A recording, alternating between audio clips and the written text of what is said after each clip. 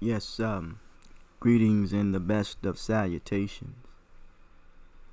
That would be prayer, power, peace, patience, and prosperity.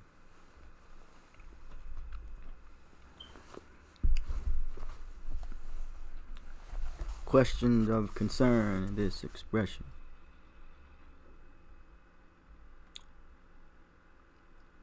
How do one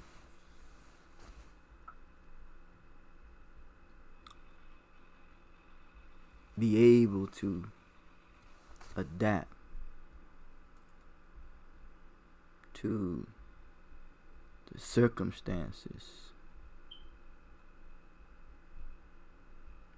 in a period of decadence? How do one adapt to his or her circumstances in a period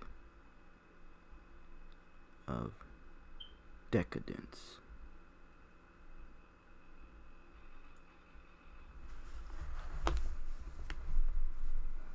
We have to first understand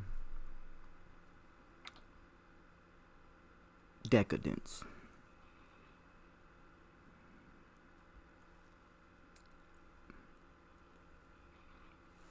Let's look at how decadence is defined by the English language or definition of it.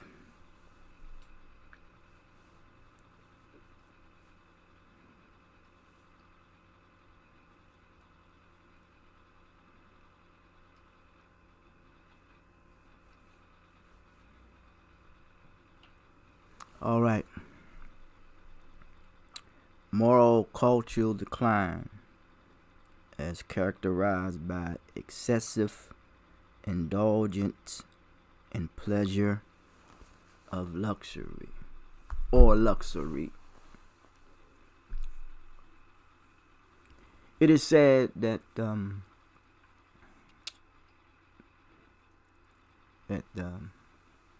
in pursuit of happiness, that which came out of the minds of people who shared those sentiments, they were self-indulgent men, and in the time in which they shared it, there were people who were enslaved.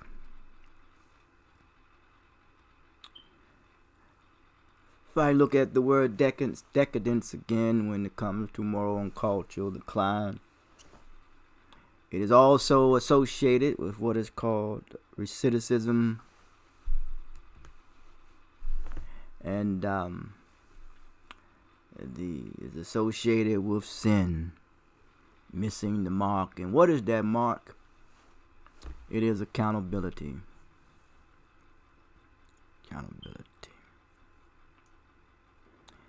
It says moral and cultural.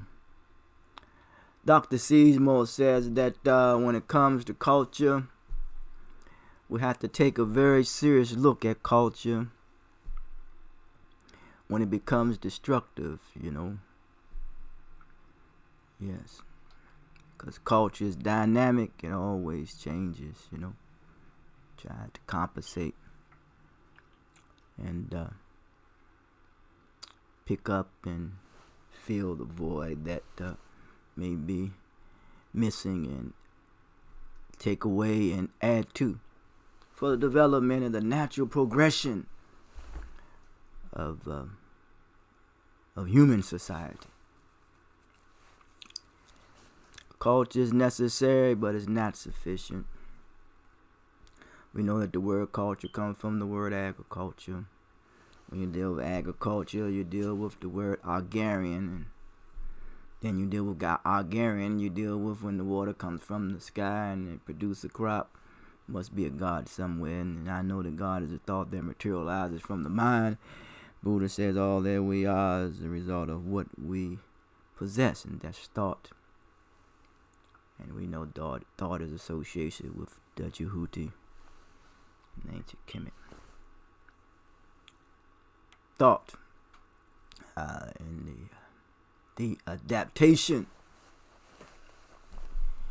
the I am sort of, if I may use that, how one's psychologically and physiologically adjusts to the dominant culture of the society.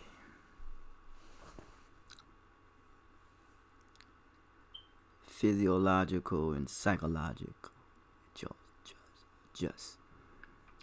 But if one has been not prepared to make that adjustment, he may go to extremes trying to adjust and assimilate and integrate and conform to the extreme thinking and the attitude of the dominant culture.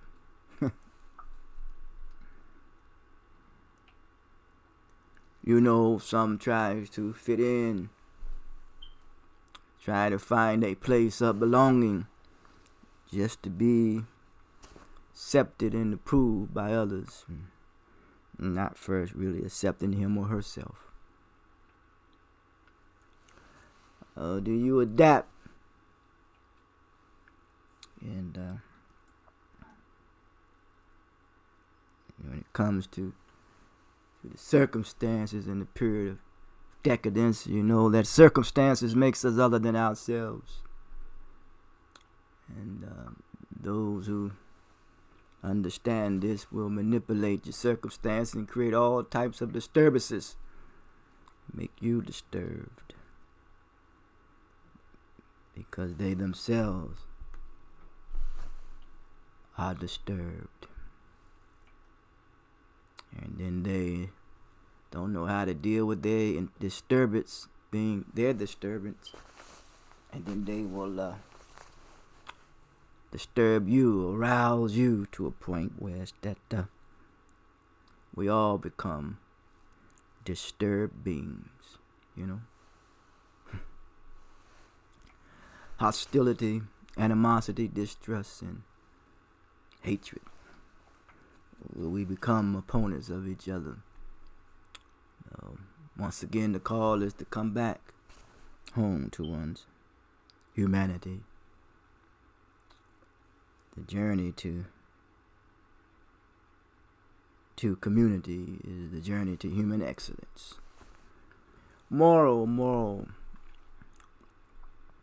As some folks would say that why do people act in a certain way, and those who would say that with those who have money and wealth, and those who do not have the money and wealth, when they acting out in a certain way, we think that they have something spiritually wrong with them. But there is a hate psychosis that has been created. That division, that chasm, the social comparison. Yes, this characterized by excessive indulgence. The people who said that we're in pursuit of happiness, they were self-indulgent men of pleasure. But when there is pleasure, there is responsibility. When there is pleasure, there is responsibility. Well, I realize that the war is ideological. The battleground is ideological, and the war is psychological. Yes. We're dealing with a system of ideas, and that is go about his way to further justify and reinforce those ideas, even if those ideas does not serve the masses of society, but some take pleasure once again and and making sure that you are continue to be dependent on them.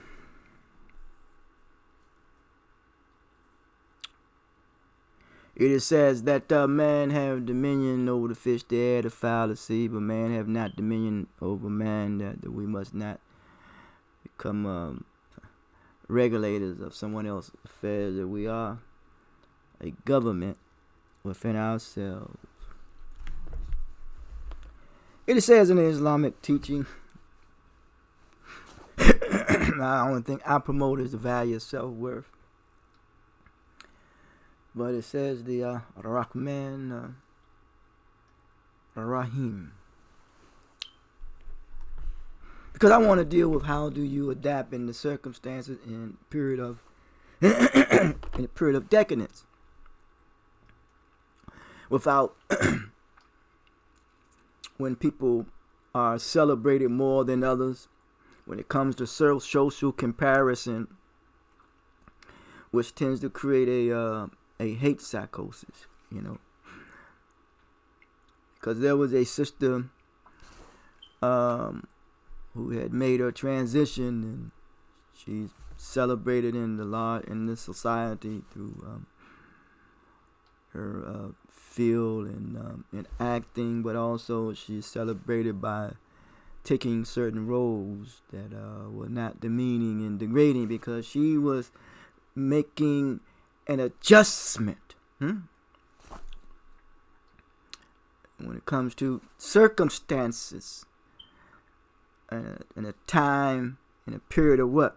Of decadence in thinking and the attitude of others.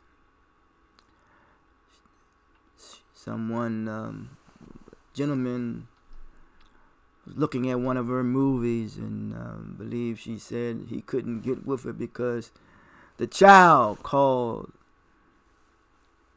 his father daddy. And he couldn't understand that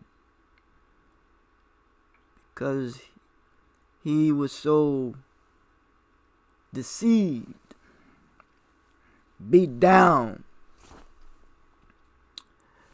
mind manipulation, thought control, in a period of in a period of decadence,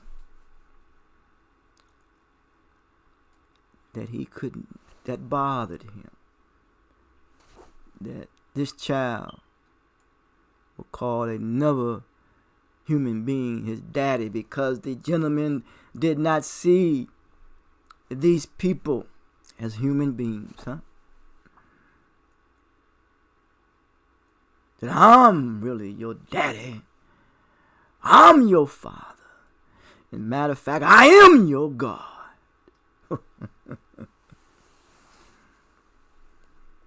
You got to come to me for everything.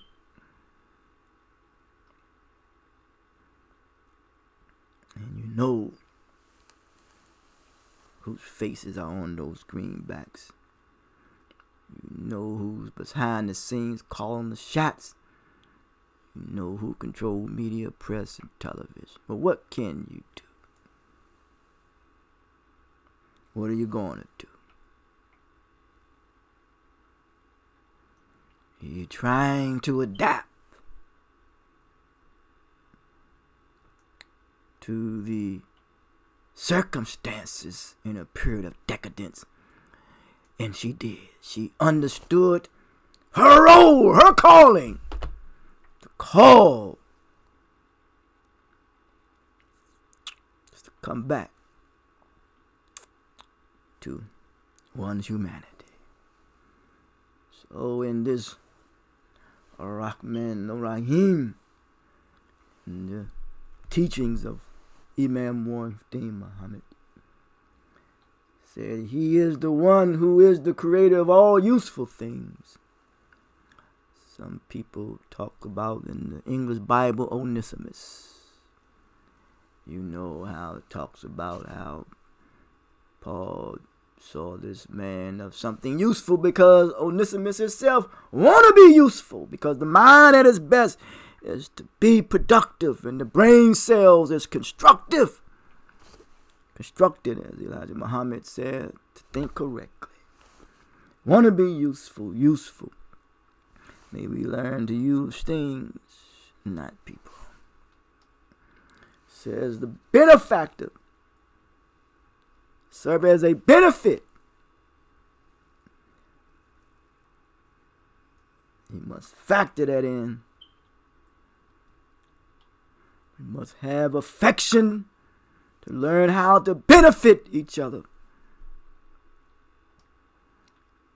And being able to know your role and make the adjustment. And it comes to adjustment in this adjustment period in the circumstances, when it comes to circumstances of a time of period of decadence.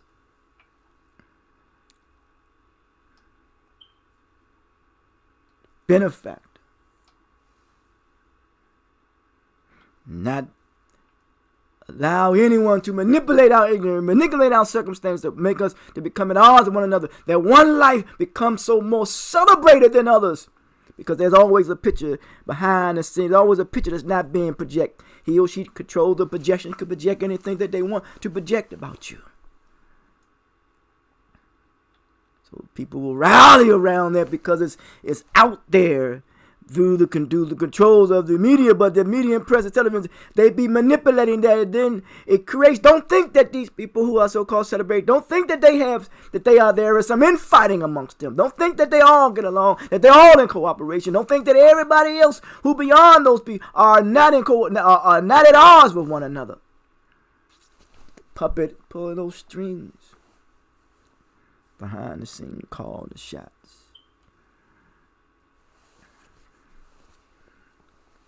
We talk about their lives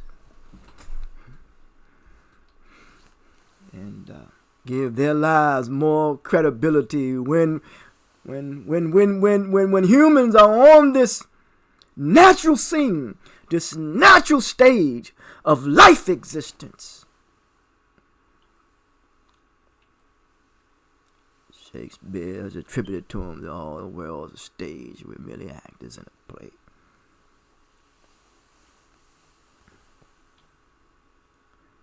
Trying to bring closure to this hate psychosis, this chasm.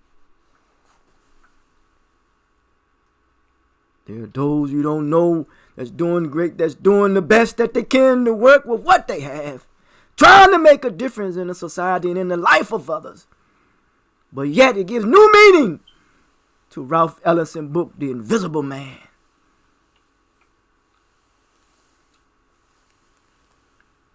But yes, he or she is visible to God.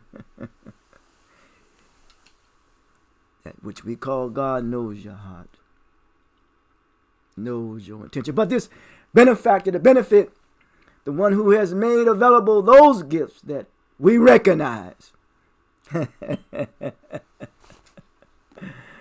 Yes, you are recognizable because you are on this plane of existence. For that, we must be thankful and grateful for.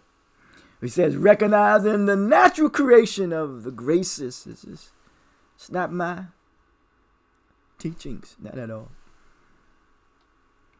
It says, this attribute brings to mind the role of man in human society as a benefactor, as a benefit, the role of man. That means potential. Rise above the narrow confines, as Dr. King said, of one's own individual concerns to the broader concerns of others. When one must start living. His sister understood her role. He never seen her take any roles that is very promiscuous and degrading. I'm not downplaying anyone who takes certain roles. I know Marcus Garvey talks about some of that in the actors in the early 20s or 30s. Don't you think when you start placing them up there and then the other ones, because the only thing that is being, the only aim is accountability. Accountability. And we do not minimize the efforts of others by maximizing others. By maximizing others and minimizing others. Let us merge the maximum and the minimum together. There's always a picture that's not being projected. The role of man in human society and social family and that other provider. You know, there are those who, pathfinders and trailblazers, they provide a way. And surely, those who have been seen and those who have been treated in a manner or way that is very degrading rose up and said to you that you got to be kidding. You got to be fooling yourself to think that you have a monopoly on intelligence, that you can regulate my affairs at your expense, that you could control my mind, manipulate my mind, and control my thoughts and my thinking. You are sadly mistaken. And anytime you deal with the word sadly, you're dealing with a sadist. Those who go about their way takes pleasure in inflicting pain on you. Hurt. Because he or she himself has been harmed and don't know how to deal with their own pain and their own hurt. So therefore, they will inflict it on you. There's something mentally wrong with that. The role is your character. And character is the outgrowth of one's humanity. When the baby is born, it begins enjoying the benefits of home life and that are made possible by his father. Father for me represents honor. The provider, if his home has developed naturally or in the line with normal human development, the child has his bed, his clothing, his eating table, his food, and other things that it needs to satisfy itself in its childhood. That's stability, man. So when I'm talking about, adapting in circumstances, in a time of decadence, and one's natural development of growth and maturity.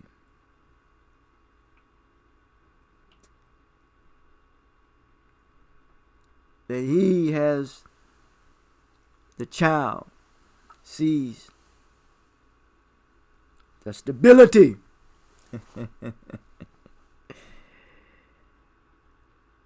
and the integrity and the dignity and the honor of his upbringing by his parents. That stabilizes him, huh? That stabilizes him. That stability,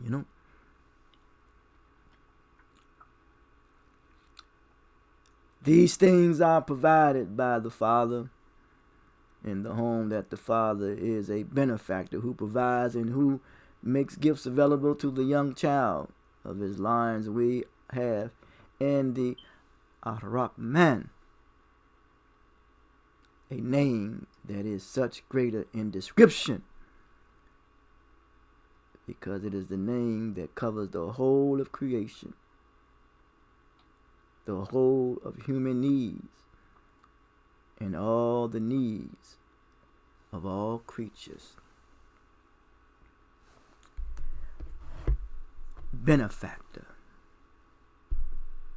So when we're talking about making the adapting or making the adjustments in a time of decadence, we must know our role that is to be played. But someone will come and will jar your memory, will call you back to your humanity. And you are, because you have called them back to their humanity. Because to depersonalize, to dehumanize the attitude of an individual and to treat them in such a way, you have to depersonalize yourself from that thinking in that individual.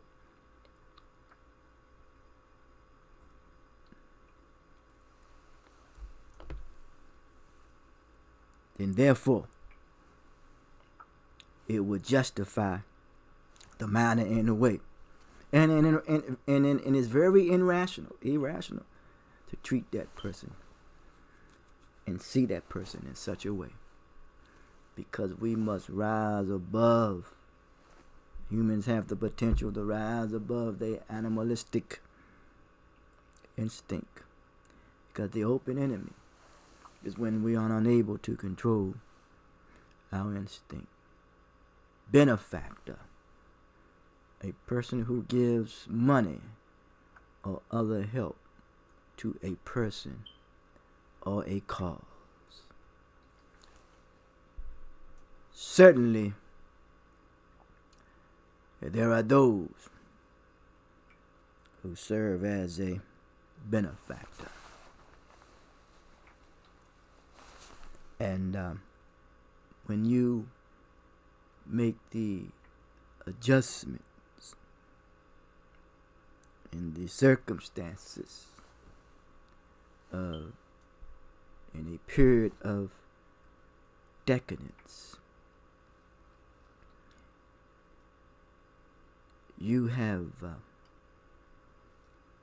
served as a benefactor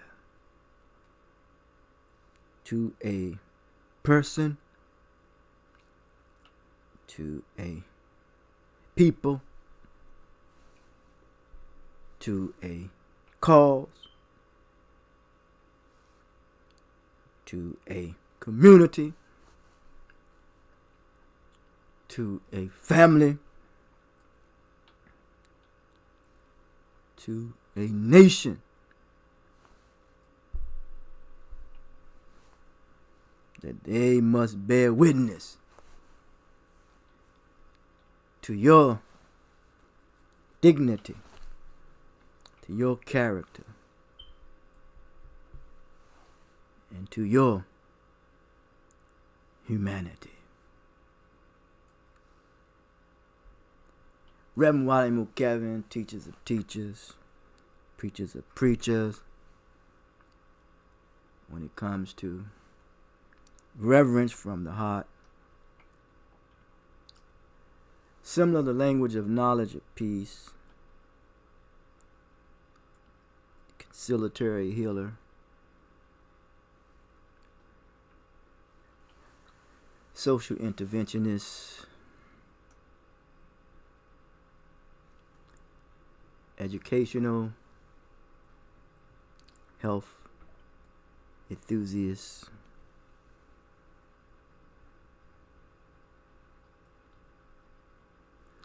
I just be me. I just be me. common humanity mission. Communicate the precision. The motto. The motto is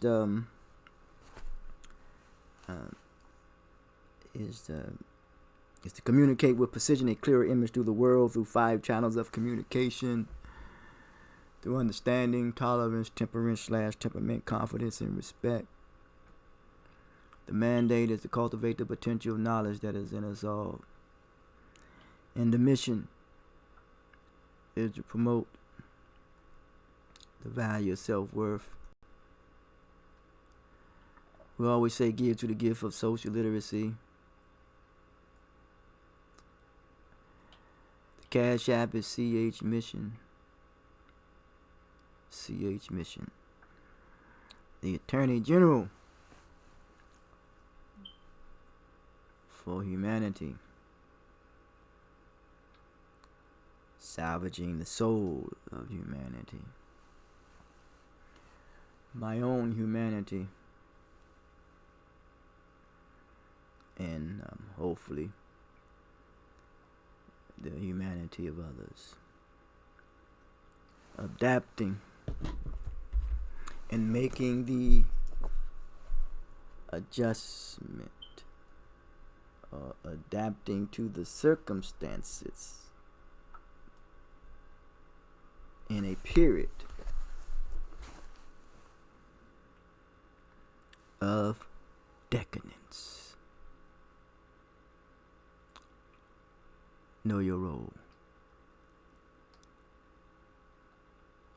Serve as a benefactor.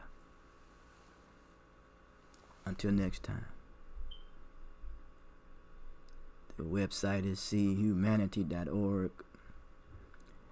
The email address is comhuem@gmail.com. comhuem@gmail.com. Until next time, talk to you.